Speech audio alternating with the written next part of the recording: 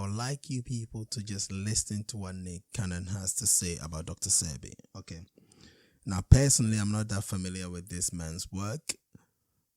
Look, I'm based in London, so I don't know much about him, and just a couple of things I've come across about him.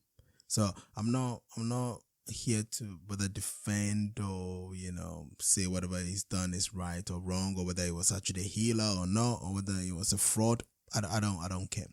But I'm just, from what Nick is saying is what I'm talking about. Okay, and the scientific proof to what Nick is saying. And if that is true, that's what this man was about, or at least he was partially about that, about your diet and stuff like that, then there's enough scientific proof, to back this up. I'll let you listen to Nick, and then I'll come back with my commentary and then let you know why the science, back this thing up. Let's hear Nick Cannon anyway.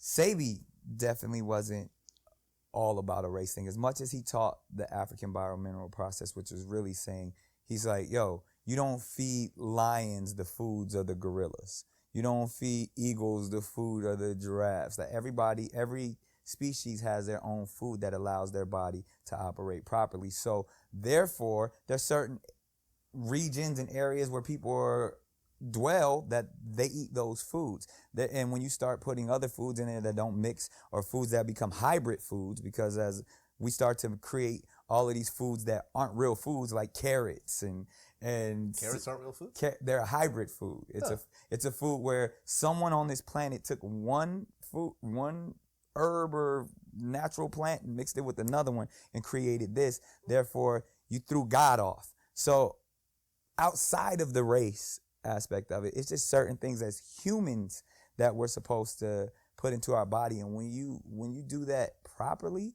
you allow your body to be that self-healing organism. You can defeat so many things, because then there becomes a lack of mucus in your system. And when there's a lot of mucus, then your body and your immune system is thrown off. So I think, as much as we want to say, because Sebi was all about his people, but he wanted to help all people, and he did help all people. And what he did, he just stripped down their diets and put them in environments to where their body was able to heal itself. Well, listen. Now look, all right. What Nick was saying is just the truth. Okay, there was a research in the University of Minesota just last year, actually, just November last year. Right, and it was in the journal Cell Press. Okay, and what they did was they looked at the bacteria in people's gut. The people who are from like a third world country, for instance, right? And they look at the bacteria in their guts, and they looked at when they moved to the US, how this changed, and any microbiologist will tell you that the people from developing countries have the biggest diversity of bacteria in their guts. As a matter of fact, people from developed countries, or developing, sorry, not developed, people from developing countries, they have a higher, population of beneficial microbes in their intestines than the people in the developed world. Okay, there's a fact. And they find out that, when these people move to the US, almost like immediately, the population or the amount of what's it called, native bacteria that the diversity that they come from their countries with, it start to dwindle. As a matter of fact, the moment you start getting these, they start seeing like what they call like a Western bacteria. So the bacteria that you find in the guts of people who are born in the United States, or people who grew up in the United States, what you find in them is what you start finding in these people. And these, new bacteria will take over. In the end, basically, all the natives die. And then, the person's guts become populated, like, with the bacteria that is found in most of the people that lives in the United States. And the point is, even though there was they didn't, how should I put it, say it for a fact that, this is what causes, obesity in these kind of people. What they were trying to say is there's almost a relationship, okay, between the bacteria, the new bacteria that they find in these people's stomach, and the fact that most of these people become obese later on in life anyway. And the point is this here. All I'm trying to say is this. If within 9 months, somebody coming into the US from a developing country with, the highest population, because I said it's a fact anyway, the highest population of diversity of, gut bacteria. They have a high population of beneficial, what's it called, microbes in their intestines than somebody born and raised in the US.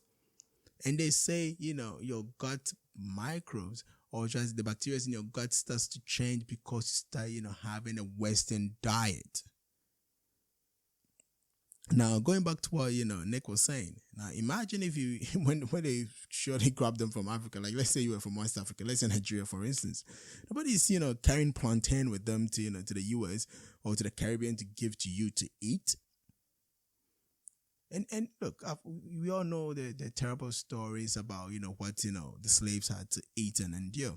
Now, of course, it's a little bit different now because now, because of the way the world is now, depending on where you live, you can actually get access to, all the type of food from around the world. So you can live in London like I do and still have, African food. You can live in the United States and still have food coming from all parts of the world. So now it's different. And our first form of defense, because we get almost all our nutrients, we get almost all the things our body needs from the food that we eat. Okay. And yes, okay, we might be able to pop pills, and we all know these fatty foods and these, microwavable foods and all these fast foods are not good for us. It's been proven, but it needs to tell you that. So, of course, most people know that a Western diet is not, or the typical Western diet, I'm putting in quotes anyway, it's not good for us. It's not good for even the people that are from the West. So, again, as I said, I don't know much about this man, Dr. Sebi, but if, this was what he was about, as I said, I'm not familiar with his work, and maybe it's something I should check out, but it wasn't of much interest to me per se. But hearing what Nick was saying, and if this is what this man is about, teaching you that, look, if you're from a certain part of the world and your food was about this, and that's why, you put it, it's to maintain your body and it's to keep you alive and to, it makes sense to me. That's what I'm trying to say. It makes sense. And the science backs it up. Okay. And this is not even like some old research, and there's enough old research to back this thing up. But this is just a brand new one, just last November.